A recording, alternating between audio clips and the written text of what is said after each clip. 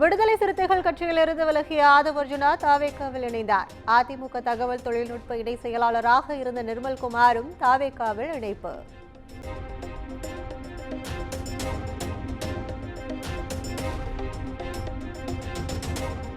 குடியரசுத் தலைவர் உரையுடன் தொடங்கியது நாடாளுமன்ற பட்ஜெட் கூட்டத்தொடர். நாடாளுமன்றம் வந்த குடியரசுத் தலைவருக்கு செங்கோல் ஏந்தி அரசு மரியாதை.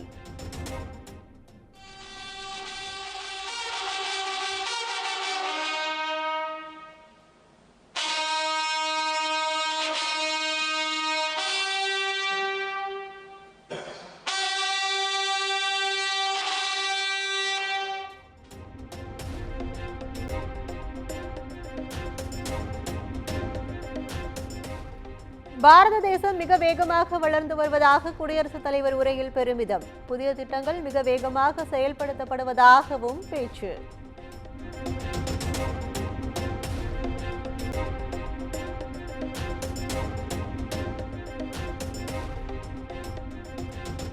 பெண்கள் அனைத்து துறைகளிலும் முன்னேற்றம் அடைந்துள்ளதாக குடியரசுத் தலைவர் உரை. 3 கோடி பெண்களை லட்சாதிபதி ஆக்குவதே மத்திய அரசின் இலக்கு என்றும் பேச்சு.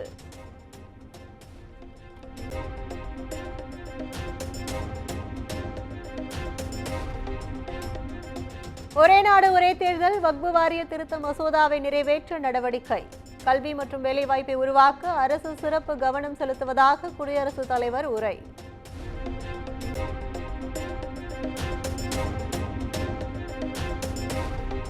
சிறு குறு தொழில் நிறுவனங்களின் வளர்ச்சிக்கு அரசு உதவிக்கரம். முத்ரா கடன் வரம்பு 20 லட்சம் ரூபாயாக நீட்டிக்கப்பட்டுள்ளதாக குடியரசுத் தலைவர் உரை.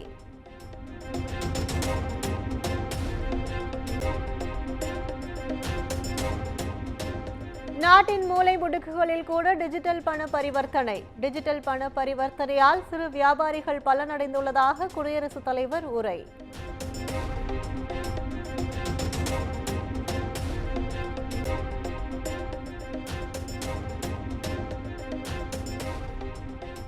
நாடாளுமன்ற கூட்டத்தொடரை ஒட்டி பிரதமர் மோடி செய்தியாளர் சந்திப்பு.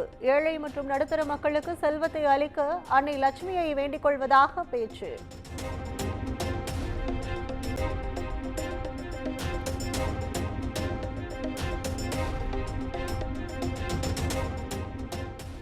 அனைத்து தரப்பு மக்களுக்குமான திட்டங்கள் பட்ஜெட்டில் இடம்பெறும். வல்லரசு இந்தியாவுக்கான பாதையாக பட்ஜெட் இருக்கும் என்றும் பிரதமர் மோடி நம்பிக்கை.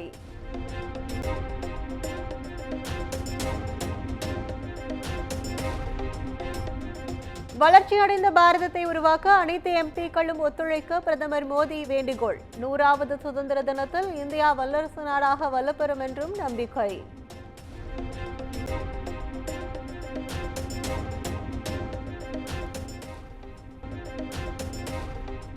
வடசென்னையில் செயல்படுத்தப்படும் அரசு திட்டங்கள் குறித்து முதலமைச்சர் மு.க. ஸ்டாலின் ஆய்வு. வடசென்னையை வளர்ந்த சென்னையாக மாற்றுவோம் என்றும் பேட்டி.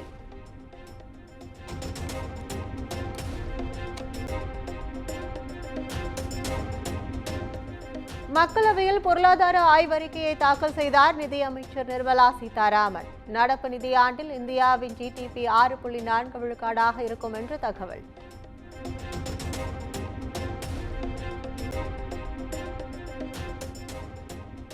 தமிழ்நாட்டில் சட்டம் ஒழுங்கு சிறப்பாக உள்ளதாக முதலமைச்சர் மு.க. ஸ்டாலின் உறுதி. அங்கொன்றும் இங்கொன்றுமாக நடக்கும் பிரச்சினைகளை எதிர்க்கட்சிகள் பூதாகரமாக்குவதாகவும் குற்றச்சாட்டு.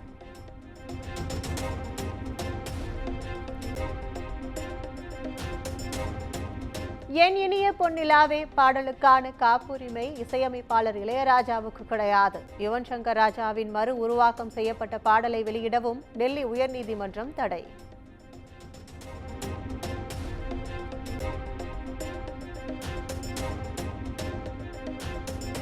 சென்னையில் ஆபரண தங்கத்தின் விலை வரலாறு காணாத உச்சம். ஒரு சவரன் 960 ரூபாய் அதிகரித்து 61,840 ரூபாய்க்கு விற்பனை.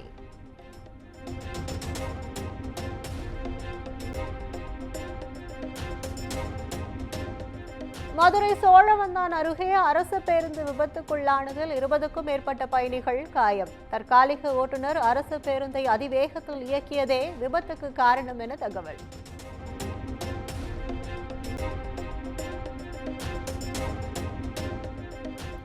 மேட்டூர் அருகே விவசாய வீட்டை ஜப்தி செய்ய வந்த நிதி நிறுவன ஊழியர்களை சிறைப்பிடித்த பொதுமக்கள். ஸ்டேஷன்ல பேசியிருக்கு, சொல்லியிருக்கு, அவங்க வந்துட்டு இருக்காங்க. ஸ்டேஷன்ல சொல்லியிருக்கு, அவங்க வந்துட்டு இருக்காங்க. பரவாயில்லைங்க, நீங்க இங்க இன்ஸ்பெக்டரை கூப்பிட்டு பேசுங்க. நீங்க அங்க இன்ஸ்பெக்டரை கூப்பிட்டு பேசுங்க. கிராம மக்கள் திரண்டதால் காரில் தப்பிய நிதி நிறுவன உரிமையாளர் காவல் நிலையத்தில் தஞ்சம்.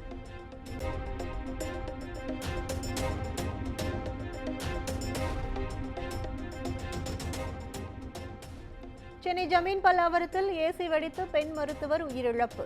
கதவை உடைத்து சடலம் மீட்கப்பட்ட நிலையில் விபத்து குறித்து போலீஸ் விசாரணை.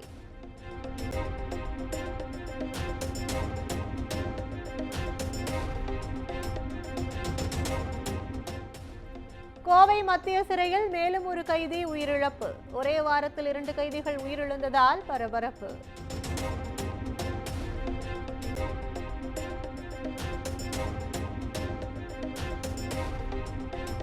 சென்னை ஈசிஆரில் பெண்களை காரில் விரட்டி சென்று அச்சுறுத்திய வழக்கில் 6 பேர் கைது.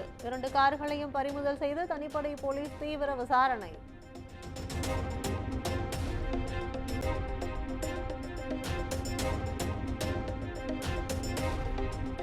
சென்னை அபிராமபுரத்தில் பிரபல தொழிலதிபர் மகள் வீட்டில் அமலாக்கத்துறை அதிகாரிகள் சோதனை. 7 பேர் கொண்ட அதிகாரிகள் குழுவினர் காலை முதல் சோதனை நடத்தி வருவதாக தகவல்.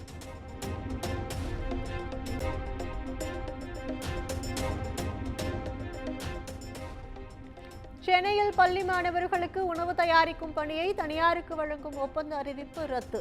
மாநகராட்சி நிர்வாகமே திட்டத்தை தொடர்ந்து செயல்படுத்தும் என்று மேயர் பிரியா அறிவிப்பு.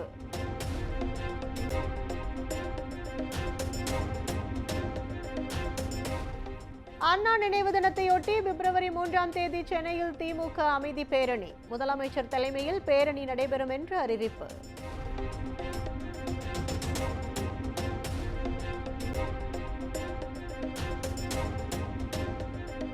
திருப்பத்தூர் சுற்றுவட்டார பகுதிகளில் கடும் பனிப்பொழிவு. புகை மூட்டம் போல் சூழ்ந்த பனியால் பொதுமக்களும் வாகன ஓட்டிகளும் அவதி.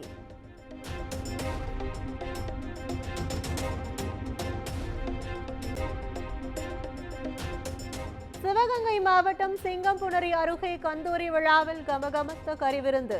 சாதி மத பேதமின்றி ஆயிரக்கணக்கானோர் பங்கேற்பு.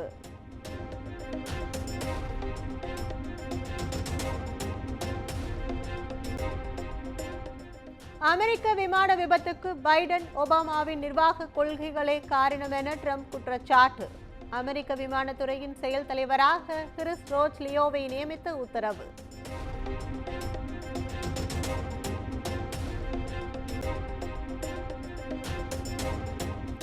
மூன்றாவது கட்டமாக 8 பிணை கைதிகளை விடுவித்த ஹமாஸ் அமைப்பு. விடுவிக்கப்பட்டவர்களை கண்ணீர் மல்க கட்டி தழுவி வரவேற்ற உறவினர்கள்.